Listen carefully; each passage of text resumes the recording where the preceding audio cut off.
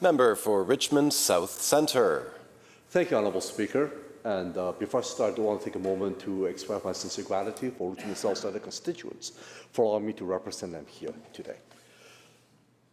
We do need to acknowledge British Columbia is struggling.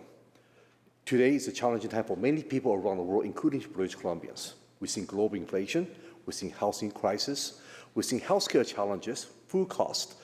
Of course, we also see 250 people within the last 2 years moving to British Columbia because they want to call this beautiful province their home.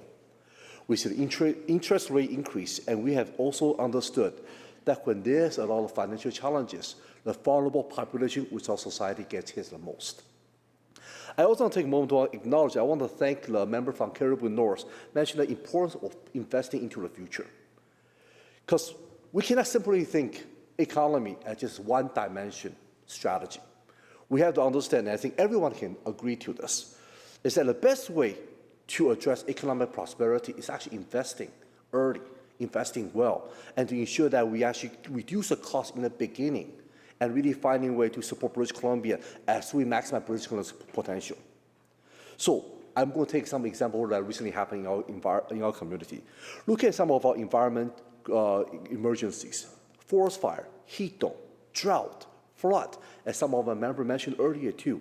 All those are climate challenges that if we as a globe invest earlier can reduce its dramatic impact. And we also need to understand that we also need to find a way to invest in our economy in different ways to protect our healthcare, our education, our mental health, and of course, our skill training. Which reminded me that in Richmond, we're upgrading our Richmond Hospital because we need to make sure we invest in our healthcare system. We have introduced a UPCC, which I personally used that service multiple times to help my family address some of the health challenges. I also want to say we have quite many schools getting seismic upgrades. I really do not want to see a disaster when there's an earthquake in Richmond, that we have to deal with the unnecessary tragedy that's avoidable, and we can reduce the cost on that as well. We also have added a second medical school in BC to help us invest in training medical students. Think about all those if we invested earlier in the past year, even before our terms, that how much of a benefit will come through. Housing crisis. If we've been building houses early on, will we be addressing this housing crisis? No, we wouldn't be. We're training workers for tomorrow, when yesterday we should be training workers for today. Our government is playing catch-up. We are investing historical $1 billion for healthcare, not simply doing something more, but really filling a major gap that was created before. Our government is looking after British Columbia, not simply for tomorrow, as well as today.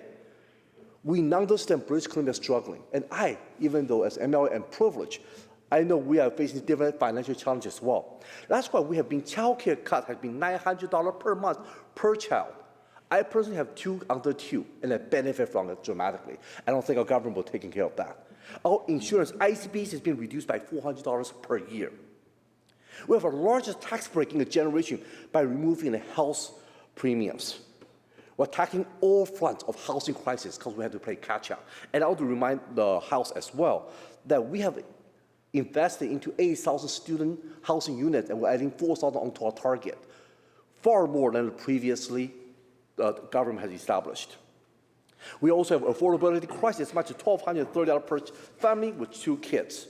Permanent boost to BC family benefit up to $250 per month and $500 for single families. $100 BC hydro credit, 2 times the climate action tax credit, nearly $450 per adult. And we also have capped the rent to inflation.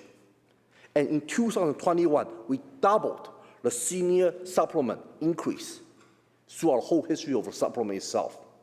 We eliminate road tolls, we raise disability income assistance rate, we eliminate interest rate on student loans, and free transit for kids under 12 and under. And on average, a family earning $100,000 used to pay $7,473 in taxes. They now pay $4,948. If family makes about $80,000, they used to pay $5,637, and now they're paying $2,458. If they're making $60,000 as a family, they used to pay $4,238, and they're now paying $363. There's so much more we can talk about. How government not simply try to reduce the cost, increase the affordability as much as we can, also invest in the future. So British Columbia is not just prepared for today and tomorrow, and we can prosper all together as well. Thank you, Mr. Speaker. Thank you, Member.